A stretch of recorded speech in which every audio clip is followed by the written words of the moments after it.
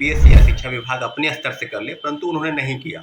और कुल मिलाकर अब जो बात ये सामने आई है कि सारी चीज़ों पर गतिविधि के रूप में और जो फर्जी बहाली है उसके उसके क्रम में कई चीज़ें सामने आई है। तो अभी मधेपुरा एक उदाहरण है, कोई पहला उदाहरण नहीं है मधेपुरा। आपको इसके पहले भी याद होगा कि औरंगाबाद से लेकर नालंदा, और नालंदा में तो 300 से ज़्यादा नवनियुक्त शिक्षक वाले सबसे ज़्यादा फर्जी पाए गए हैं।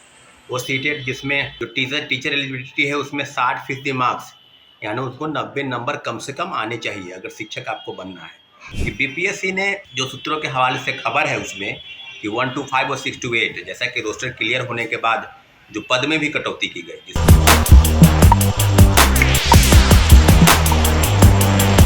नमस्कार, मैं हूं अनुकुल तिवारी और आप वॉइस आप देख रहे। देखिए, आप सब अच्छे से जान रहे होंगे कि बीपीएससी टीआरई 3.0 का जो डीवी है उसका डेट आ चुका है 16 से 20 तारीख। छात्र तो सौरभ क्या कुछ कह रहे हैं और वार्निंग दे रहे हैं कि इस बार बीपीएससी टीआरई 3.0 का जो डीवी कराएंगे, जो काउंसलिंग कराएंगे, डॉक्यूमेंट वेरिफिकेशन कराएंगे, उसको बढ़िया से कराइएगा, क्योंकि आज भी बहुत फर्जी शिक्षक पकड़ाए हैं। सुन लीजिए कि छात्र सौरभ का क्या कुछ कहना है बीपीएससी टीआरई 3.0 को लेकर और बाकी चीजों को लेकर।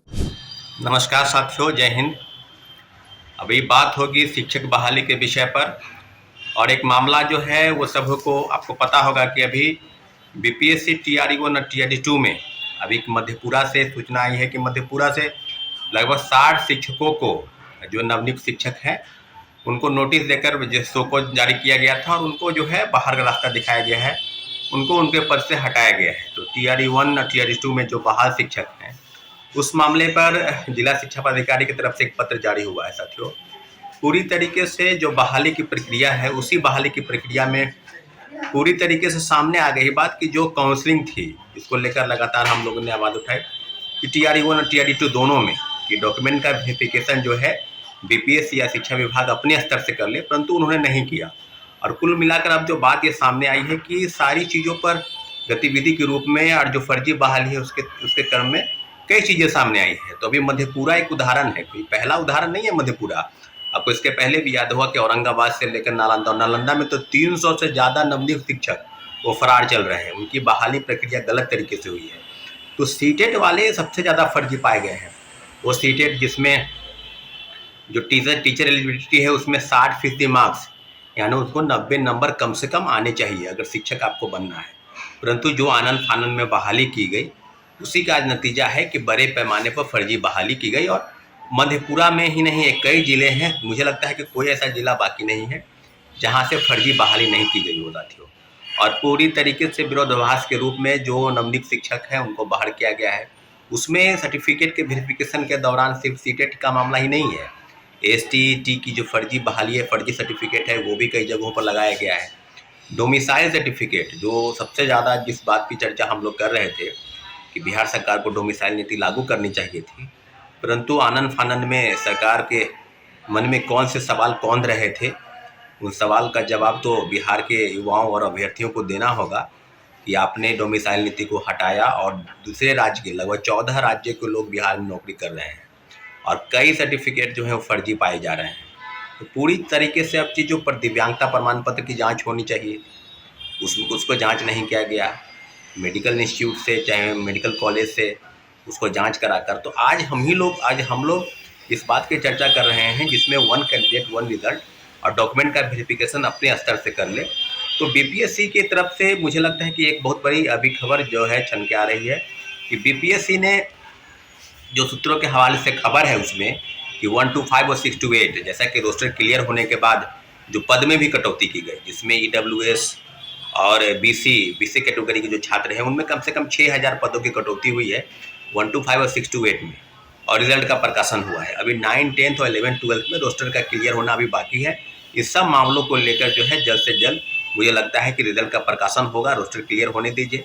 वही दूसरी तरीके से हेड मास्टर और हेड टीचर जिनमें 40,000 पद थे, उनमें भी पद की संख्या जो है 3000 के पद के आसपास जो है कटौती की गई, लगभग 36-37,000 रिजल्ट जो है वो निकाले गए। तो 1 to 5, 6 to 8, 9, 10 और 11, 12 यानी तीसरे फेज की बहाली में जो है काउंसलिंग की तिथि, जिसमें हम लोग लगातार बात कर रहे थे कि काउंसलिंग कहाँ होगी, तो काउंसलिंग बीपीएससी शिक्षा विभाग अपने स्तर से कर रही है और शिक्षा विभाग ने इसके लिए जिलों को डिप्यूट किया है।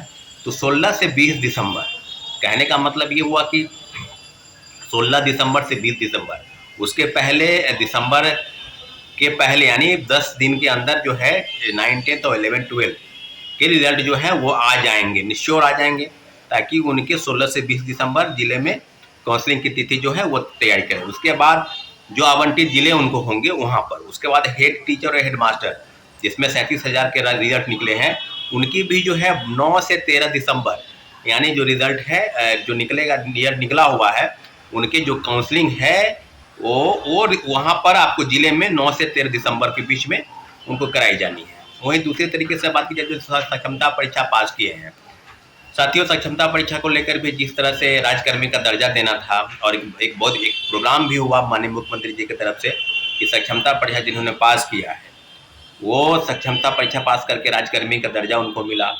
वो बीपीएससी से बहाल शिक्षक की तरह ही, लेकिन जो विरोधाभास था कि वो जूनियर बन जाएंगे, सीनियर बन जाएंगे, एक ही तरह के काम कर रहे हैं। तो सक्षमता परीक्षा पास करने वाले लोग जो हैं वो उनको प्रोन्नति कहा जाए या उनको क्या कहा जाएगा, या भली भांति आप लोग भी समझ रहे होंगे, लेकिन मुझे लगता है कि उनको कहीं ना कहीं राजकर्मी का दर्जा मिला और वो जो है वो बहाल हो गए। तो सक्षमता परीक्षा 2 यानी दूसरा फेज का जो हुआ है वो 23 दिसंबर से 31 दिसंबर इनके बीच में उनकी काउंसलिंग कराई जाएगी। तो साथियों एक बहुत बड़ा अपडेट है और काउंसलिंग के लिए जितने भी डॉक्यूमेंट है वो आपको ठीक करने होंगे, जो भी चीज़ें सामने आएंगी वो आपको समझ में आ गया होगा। ठीक है साथियों, धन्यवाद, जय हिंद। आपने सुना कि किस तरह से छात्र सौरभ जो है उनका कहना था बीपीएससी टीआरई 3.0 को लेकर, और हर डेट के बारे में बताए हैं कि कब सक्षमता वाला है, हेडमास्टर वाला है, वो आप अच्छे से जानते हैं कि डॉक्यूमेंट वेरिफिकेशन सबका चल रहा है। तो डीवी जो है बीपीएससी टीआरई 3.0 में वो लोग चाहते हैं, छात्र नेता हो गए या फिर शिक्षक अभ्यर्थी हो गए, वो चाहते हैं कि अच्छे से हो ताकि बाद में फर्जी शिक्षक ना पकड़ाए। तो बस मैं चाहूंगा सब्सक्राइब करें, पेज को लाइक करें। बहुत बहुत धन्यवाद।